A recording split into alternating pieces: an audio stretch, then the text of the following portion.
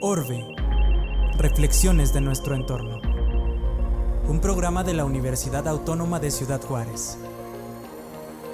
Orbe. Reflexiones de nuestro entorno.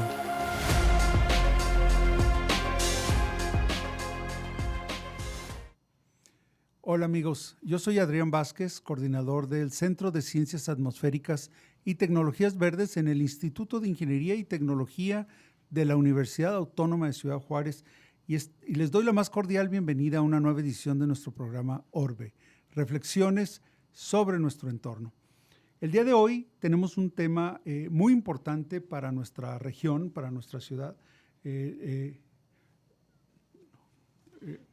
es el tema básicamente de continuar con este tema de la cooperación binacional, la cooperación internacional para resolver problemas, un problema tan importante para los juarenses como es la calidad del aire. En los últimos años, pues nos hemos de alguna forma escandalizado tal vez en cierta manera porque hemos tenido episodios de contaminación muy importantes, pero hay una historia detrás de todo esto, hay una historia muy interesante, pero que además es para inspirarnos y realmente movernos a que hemos podido avanzar enormemente en este combate a la mala calidad del aire a partir de un esfuerzo ciudadano. Y miren, para platicar de este tema, antes de presentarles a nuestro invitado del día de hoy, vamos a escuchar una pequeña cápsula que prepararon nuestros colegas del área de producción.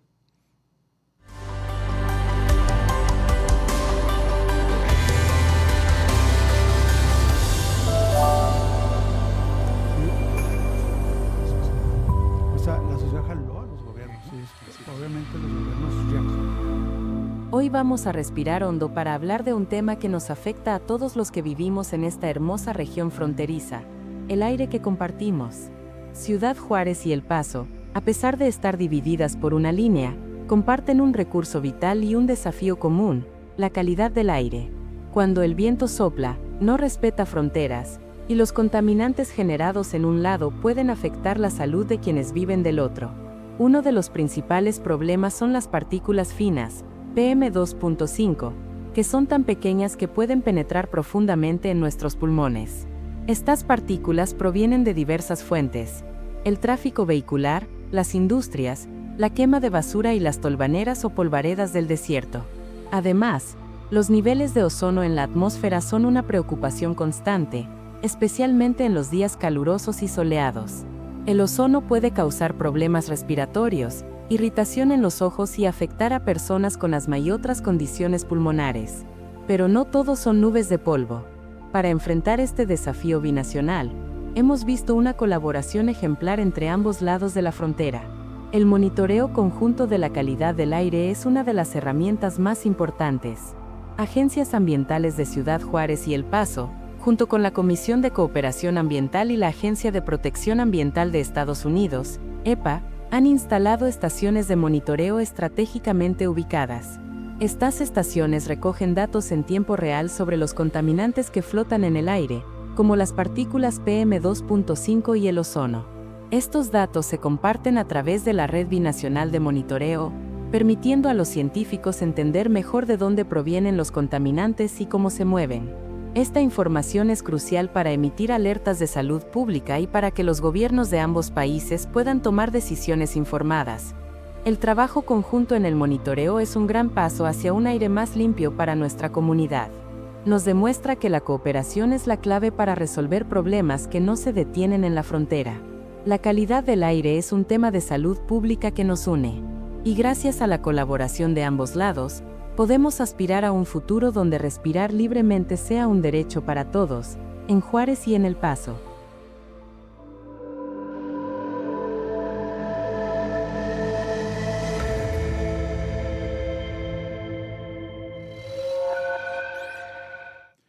Pues aquí lo pueden ver, amigos, esta problemática que hemos padecido a lo largo de, de muchos años, pero yo sé que mucho de nuestro auditorio, vamos a decir, es del año 2000 para acá. O sea, tenemos un auditorio muy joven Y sin embargo, a finales del siglo pasado, o sea, en los años 90, 80, 90, pues tuvimos también un avance muy importante en resolver problemas vinculados a la calidad del aire. El día de hoy tengo el gran honor de que nos acompañe aquí en el estudio el doctor Carlos Rincón Valdés. El doctor Rincón, pues es todo un personaje en la frontera, pero además pues una persona que ha trabajado a nivel internacional y pues vamos a decir, es juarense por adopción, aunque él es zacatecano, pero pues es egresado de la Escuela Superior de Agricultura Hermanos Escobar, que algunos de ustedes podrán recordar, y los famosos cebolleros, y desde luego pues hizo estudios posteriores hasta alcanzar el doctorado, y en los últimos casi 50 años pues los consagró casi medio siglo de su vida a tratar de construir plataformas de cooperación entre México y Estados Unidos, y particularmente en la región fronteriza de México y Estados Unidos. Y bueno, pues tenemos el gran honor de que mucho de su esfuerzo se ha centrado en esta región que denominamos Paso del Norte por ser un vocablo que describía esta región pues mucho antes de que hubiera las fronteras que hoy tenemos, pero que en la actualidad alberga 3 municipios: el de Doña Ana en Nuevo México, El Paso en Texas, Ciudad Juárez en Chihuahua, y que de alguna forma involucra políticamente a los estados de Nuevo México, Texas, Chihuahua y a los gobiernos federales de México y Estados Unidos. Y bueno, Carlos, pues te doy la más cordial bienvenida. Carlos además también pues se retiró hace poco de muchos años de servicio como representante de la Agencia de Protección Ambiental de los Estados Unidos para la frontera, la primera oficina de una agencia federal de este nivel que se estableció justo en la frontera para atender los problemas fronterizos. Y bueno, Carlos fue su director y aparte pues uno de los promotores. Y desde luego, pues Carlos, pues muchas gracias por acompañarnos el día de hoy. La verdad es que es un gran honor tenerte aquí en la mesa. Gracias, doctor Adrián Vázquez. Gracias a todo el público que, como tal, programas Orbe tiene como fieles y en un momento dado más del oído, son actores sobre todos los temas ambientales para mejorar nuestra calidad de vida y calidad, en este caso, de salud y económicamente. Hoy queremos platicar de una iniciativa que, pues, yo podría decir es tu hijo, o sea, prácticamente, o sea, porque te tocó trabajarlo antes de que fueras empleado de gobierno, antes que trabajaras para el gobierno.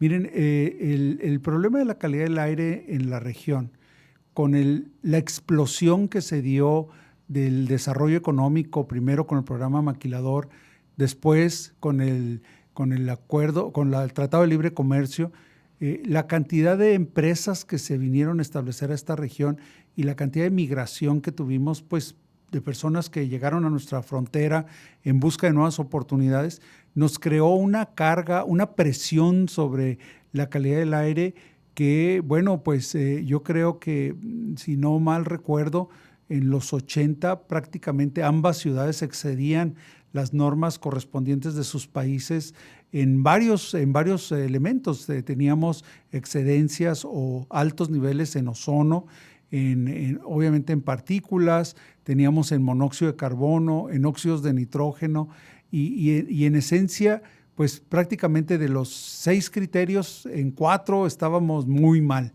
Y esta iniciativa, desde luego, este trabajo que nos va a platicar Carlos ahorita, permitió que en menos de, ¿qué serían?, 15 años, pudiéramos abatir prácticamente de esos 4, 2 de ellos quedaron ya totalmente superados. El ozono y las partículas se han abatido, y lo que nos han cambiado son las nuevas normas, ¿verdad? O sea, que las normas nos las bajaron más, y entonces eso nos ha atrasado un poquito en alcanzar unos niveles. Y desde luego, esto es importante, amigos, porque la calidad del aire la tenemos que medir en 2 perspectivas. La parte aguda, cuando tenemos incendios, cuando tenemos un evento que que contamina, que ciertamente pues es algo indeseable, pero lo más importante es lo crónico. Cuando tenemos condiciones ambientales constantes que bueno, tienen efectos a la salud ya muy estudiados y muy reconocidos, y que desde luego creo que ahí es donde ha habido un trabajo. Y estoy hablando de un esfuerzo que hoy se conoce como el Consejo Consultivo Conjunto para la Calidad del Aire en la Cuenca Atmosférica Paso del Norte, y que ahorita Carlos nos ayudará un poquito a entender de dónde viene, cómo viene.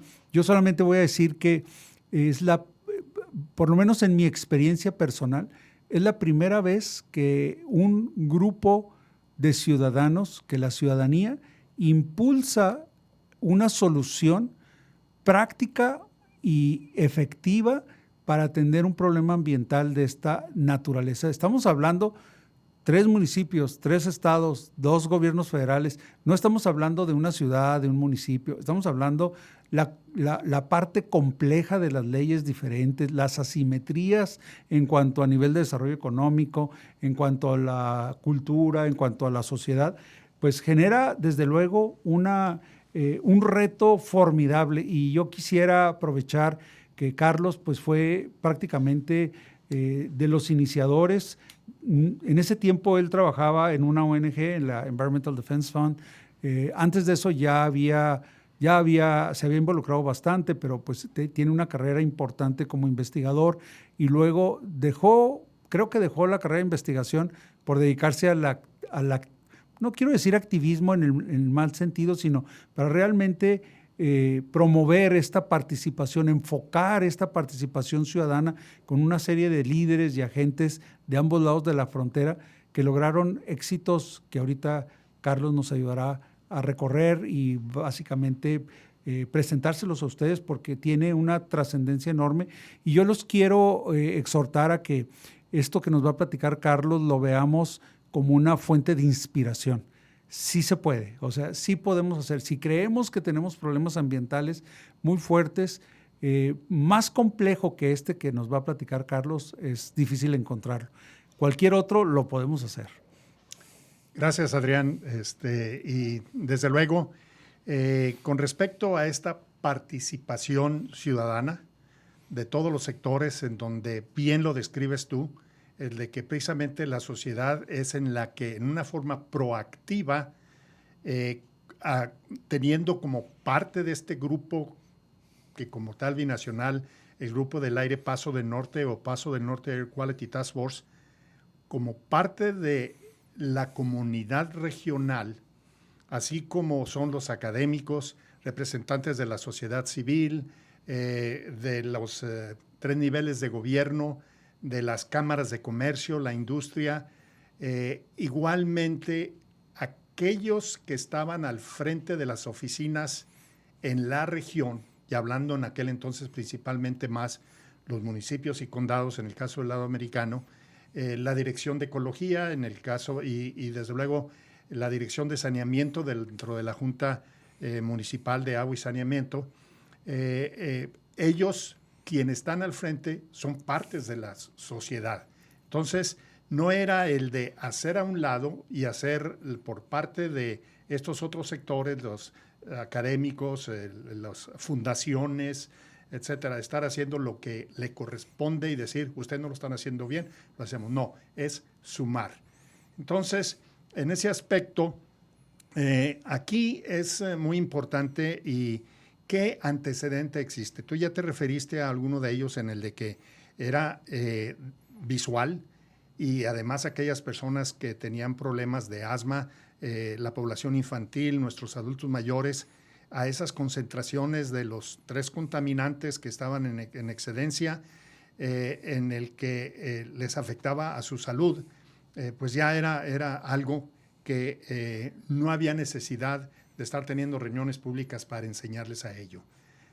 Esa es una. La otra es el de que precisamente aquí más por el sector académico, un doctor Howard Applegate, en el caso de la Universidad de Texas en El Paso, junto con unos estudiantes que entonces estaban siendo parte de su equipo, Conrado Díaz Cuiz, en el caso, igual también Jesús Reynoso, ellos publicaron un libro en el que por primera vez se sustenta y puede decir que sirve como si fuera lo que actualmente conocemos como un ProAire para esta región.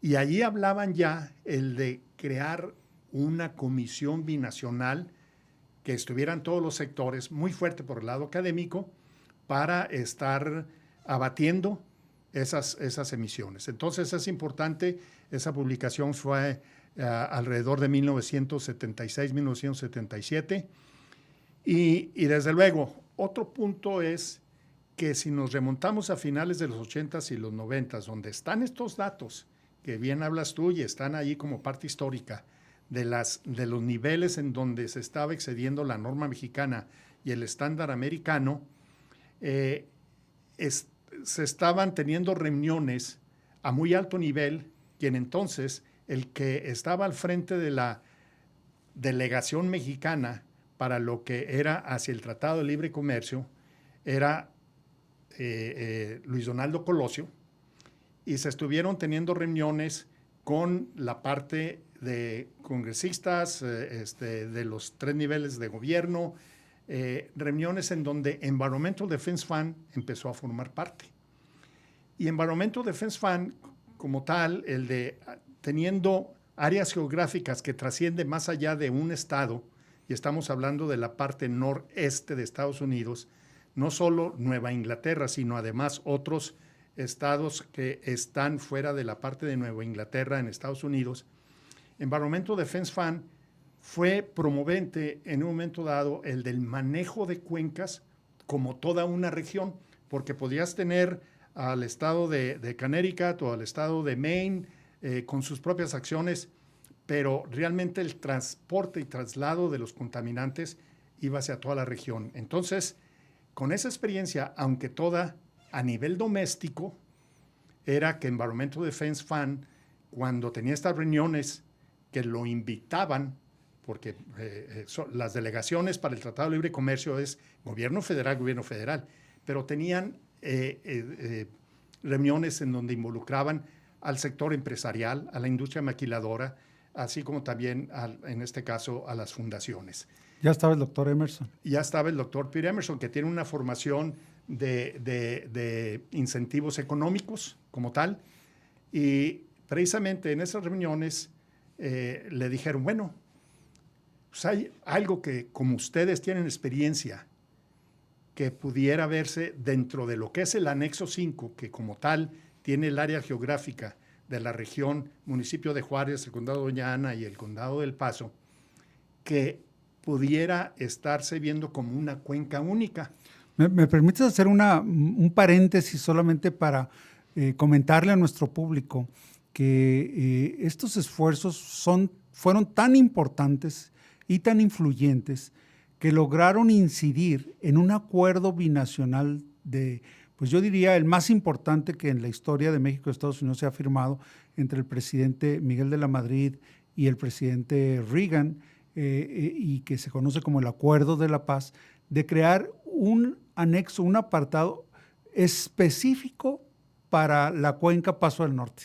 O sea, eso es algo, pues, de hecho, pues es insólito. O sea, no se conoce otra cuestión así, quizá la parte de Michigan y Ontario, para la lluvia ácida, pero nada que corresponda a la complejidad de 3 municipios, 3 estados, 2 países. Así es, y de hecho, no solo lo que los datos nos estaban dando, porque en aquel entonces todas las estaciones de monitoreo principalmente estaban en el lado de Texas. Una que otra en el lado de Nuevo México no existían en el lado de Ciudad Juárez. ¿Qué trajo esta acción de la sociedad civil en este esfuerzo binacional? Es que se otorgaron 3 estaciones, tal cual como son las estaciones en el caso de la Ciudad de México, como también acá en el estado de Texas, y se obsequiaron 3 estaciones para Ciudad Juárez. Y estas personas que estaba hablando, Jesús Reynoso, un Archie Claus, personas que como tal, como ciudad, condado y estado, estaban encargados del programa en el caso de Texas, eran quienes con su personal estaban capacitando y estaban teniendo los datos de la red de monitoreo acá en Ciudad Juárez. Entonces, en este caso, el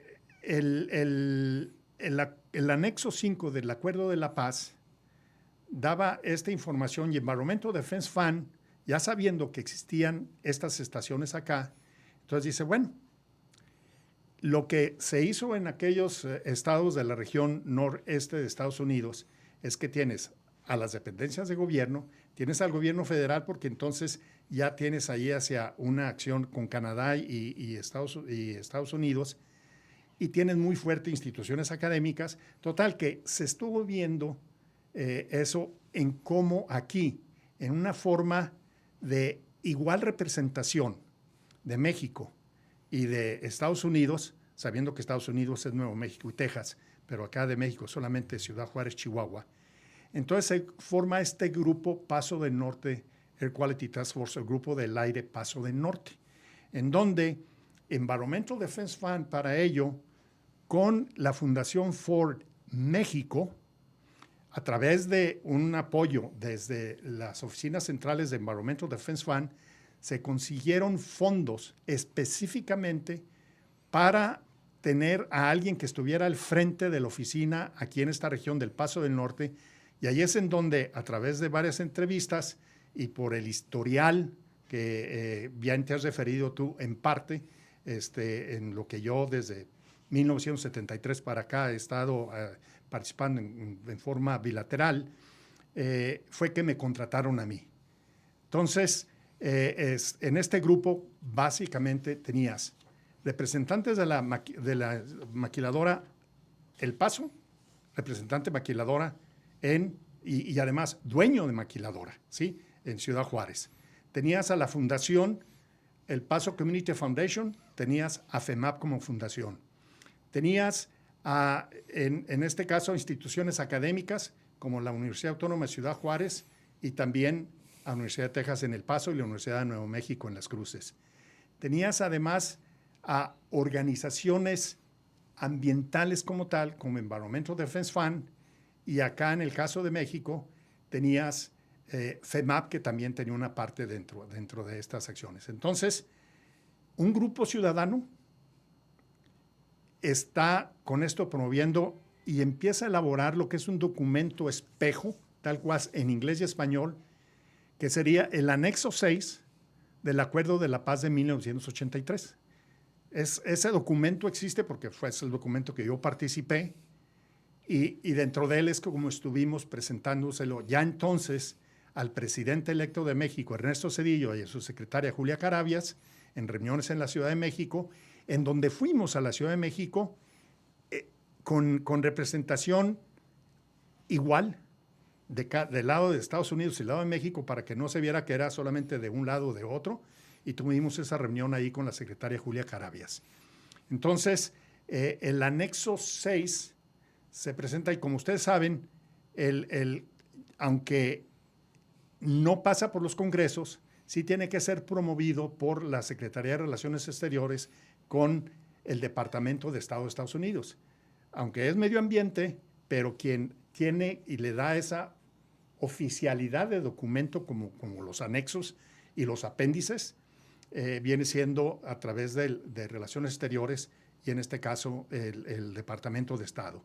Se lleva, pero cuando se está leyendo y ven un anexo 5, dice, pues es que en realidad ya está este anexo, lo único que falta para que lo que está promoviendo este grupo ciudadano, que nuevamente aquellos que representaban en la comunidad a las dependencias gubernamentales estaban vistos como ciudadanos. Entonces dice, lo que hay aquí es el de hacer un apéndice. Y es ahí donde otra vez nos ponemos a elaborarlo, un documento espejo, inglés y español, y se firma el 6 de mayo el 7 de mayo de 1996, el apéndice 1 al anexo 5 del Acuerdo de la Paz de 1983, en la reunión que se le llama binacional, no se le llama reunión México-Estados Unidos o región, no, se le llama la reunión binacional. Y muchas veces lo que dicen es ya la binacional. En esa ocasión, o sea, una vez en Estados Unidos, otra vez en México, fue en la Ciudad de México. A mí me tocó estar allí en el hotel donde estaba llegando todas las delegaciones, y ahí se firma, en esa reunión, el apéndice 1 al anexo 5 del Acuerdo de la Paz de 1983. Único, es una premisa en el mundo, que además tiene otra cuestión. En otro programa y en un momento dado, el Acuerdo de la Paz abarca también temas de agua, temas de residuos, etcétera. Lo que ahorita son los programas 2025, 2020, 2012, tomaron para su conformación a nivel regional lo que ya en sí el apéndice 1 ha tenido como miembros instalados por cada uno de los gobiernos que representan a todos los sectores del Comité Consultivo Conjunto. Entonces, en 1996 comienza algo por primera vez en toda la historia en el que anteriormente todos aquellos grupos de coordinación binacional eran gobierno federal, y aquí no solo tienes a nivel local o nivel regional, sino que tienes también a todos los otros sectores. Déjame hacer un paréntesis para comentar con nuestro auditorio dos cosas muy importantes de lo que estás diciendo. La primera es que no es típico que los acuerdos internacionales vayan de abajo hacia arriba. Casi siempre van de arriba hacia abajo. O sea, los gobiernos centrales deciden y luego lo bajan a la parte local. Aquí es un acuerdo que va al revés. O sea, primero se decide a nivel de los ciudadanos y sube hasta las más altas esferas de gobierno, y hay muchas cuestiones muy interesantes que no nos alcanzaría el tiempo para platicarlas. Pero la otra cuestión que quiero enfatizar es que en México no existe el concepto, legalmente hablando, de cuenca atmosférica. O sea, en México, por ejemplo, no podemos tener un sistema de administración de una cuenca porque la cuenca no existe en la ley. O sea, no hay manera de crear un órgano que regule la calidad del aire de una cuenca porque no existe ese concepto. Y por primera vez, de hecho, Juárez es el único municipio o la única región de México que tiene una delimitación de cuenca atmosférica. Probablemente ahora ya con la zona metropolitana se haya hecho alguna cuestión legal, pero muchos años antes, muchas décadas antes, en Juárez ya teníamos esta designación con coordenadas geográficas muy establecidas en este apéndice que menciona Carlos, y que por primera vez nos permite generar un esquema de gobernanza para tomar decisiones para mejorar la calidad del aire en la cuenca. Efectivamente, Adrián, el sustento jurídico en un momento dado está muy claro, el apéndice 1 al anexo 5 del Acuerdo de la Paz de 1983, el cual, como tal, comienza con 10 miembros del lado mexicano y 10 miembros del lado americano. De los 10 miembros de cada país, 5 gubernamentales, 5 no gubernamentales. Estamos hablando de 1996.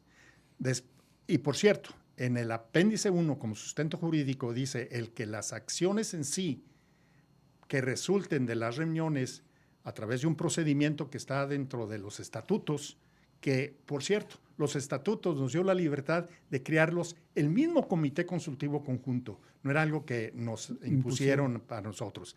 Entonces está el de que las acciones están en base a resoluciones. La resolución cuarta del Comité Consultivo Conjunto es una resolución de cuenca única, que como tal no era el de que imponer lo que viene siendo las cuencas atmosféricas y en un momento dado cumplimiento o no cumplimiento que hay de Estados Unidos hacia México, sino que dentro del mismo Acuerdo de la Paz que dice 100 kilómetros al norte, 100 kilómetros al sur, dentro del mismo anexo 5 que da las coordenadas geográficas, el apéndice 1 permitió que con una resolución ya siempre todas las acciones las manejamos como cuenca única. Y entonces está oficialmente por este grupo de Comité Consultivo Conjunto. Ahora, bueno, ¿y esto qué? Bueno, la primera reunión fue el martes 14 de noviembre de 1996 y a la fecha, precisamente a la reunión del próximo mes, va a ser la 91ª reunión del Comité Consultivo Conjunto.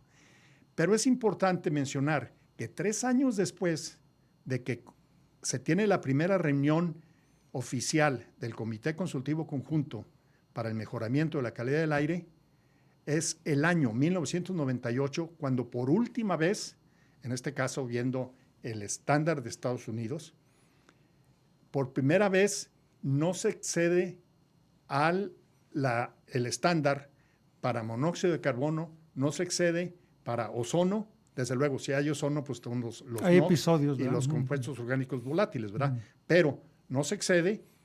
Y hay otra, el de que los niveles que inclusive hasta la actualidad de las partículas suspendidas están como tal por abajo de lo que a través de los años se ha ido cada vez haciendo más exigente el estándar, hasta hablando de Estados Unidos, la norma hablando de México, pero ¿por qué no se habla de que en un momento dado está en cumplimiento o no, como tal de a la legislación de calidad del aire de 1990 de Estados Unidos?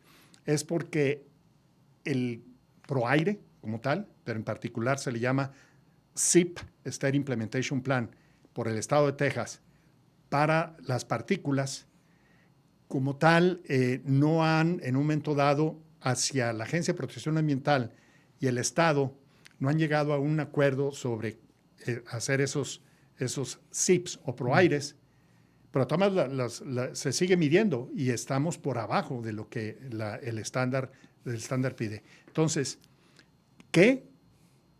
Ahí está el donde esta acción de la comunidad, que por cierto, hablaba de que son 10 y 10. En el año 2010, por una resolución, nuevamente, solamente por resoluciones actúa uno, se invita a que participen otros 2 miembros, uno de México y uno de Estados Unidos, que son considerados no gubernamentales.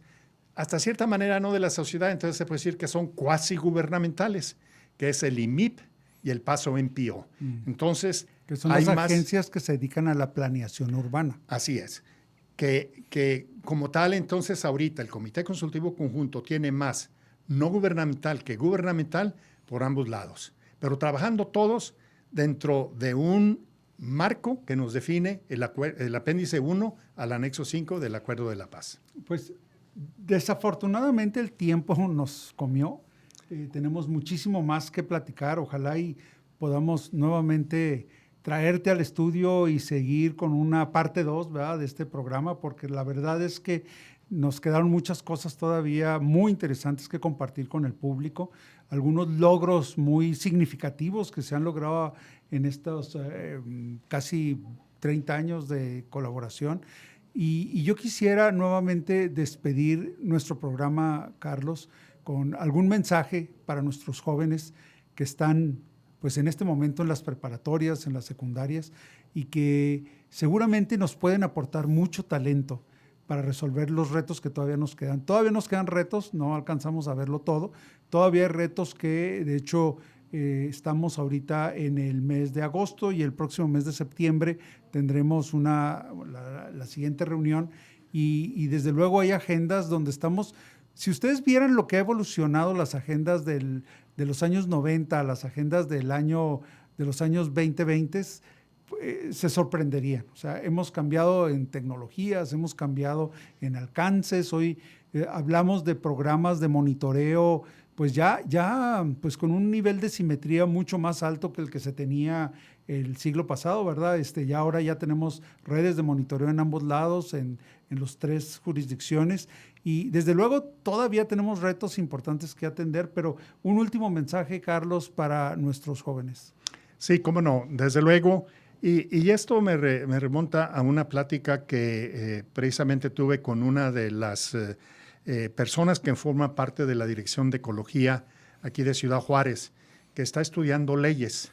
Y le comentaba yo que si dentro de leyes, en un momento dado enfocarse a la cuestión ambiental, o sea, hay leyes que en un momento dado te entras a la parte civil, a la parte de procuraduría, etcétera, pero en este caso, dado los diferentes institutos y las diferentes escuelas dentro de la Universidad Autónoma de Ciudad Juárez, es algo que a lo largo de toda la frontera es una oportunidad muy grande a quienes están estudiando leyes en la cuestión de ser expertos en lo que de carácter binacional y por qué no pensar inclusive global, la cuestión ambiental. Lo mismo si vemos, y hay profesionales y nosotros tenemos colaboradores en estos esfuerzos binacionales que son del sector químico, que son del sector de biología, que son del sector de agronomía, y cada uno de ellos, si le ves la parte en cuanto a conservación de los recursos naturales, tiene su aspecto de ecología. Y para ello, quien esté pensando hacia alguna de las carreras, es el de que en la frontera existen todas estas oportunidades en donde, además de en qué vas a ser profesionista, enfocarlo hacia la resiliencia, hacia la sustentabilidad y hacia la cuestión de una mejor calidad de vida, que todo ello te lo da un buen ambiente. Entonces, en ese aspecto es por un lado. Por otro, más al corto plazo, como bien mencionaste, a través de la oficina aquí de la Secretaría de Medio Ambiente y Recursos Naturales, Semarnat, el biólogo Gerardo Tarín, próximamente se hará público el enlace y en un momento dado para personas que quieran ir físicamente de la 91ª reunión del Comité Consultivo Conjunto, en el cual en algún otro programa o en alguna otra forma aquí de la Universidad Autónoma de Ciudad Juárez también se les podrá hacer llegar.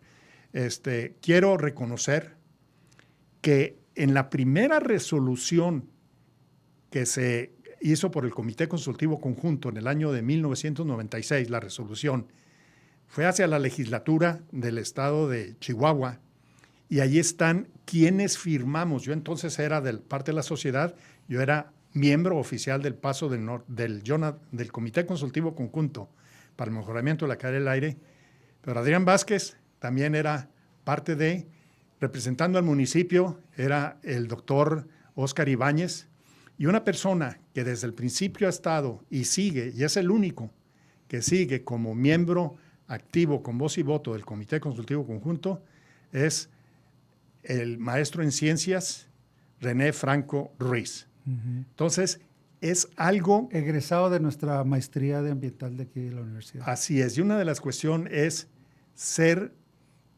persistente, ser permanente, y eso es lo que ha logrado este grupo del Comité Consultivo Conjunto para el Mejoramiento de la Calidad del Aire. Gracias. Pues muchísimas gracias, Carlos. Nuevamente, amigos, yo soy Adrián Vázquez, coordinador del Centro de Ciencias Atmosféricas y Tecnologías Verdes del Instituto de Ingeniería y Tecnología en la Universidad Autónoma de Ciudad Juárez. Les doy las gracias por habernos acompañado en este programa de hoy y los invito a que nos sintonicen en las próximas ediciones de Orbe, reflexiones sobre nuestro entorno.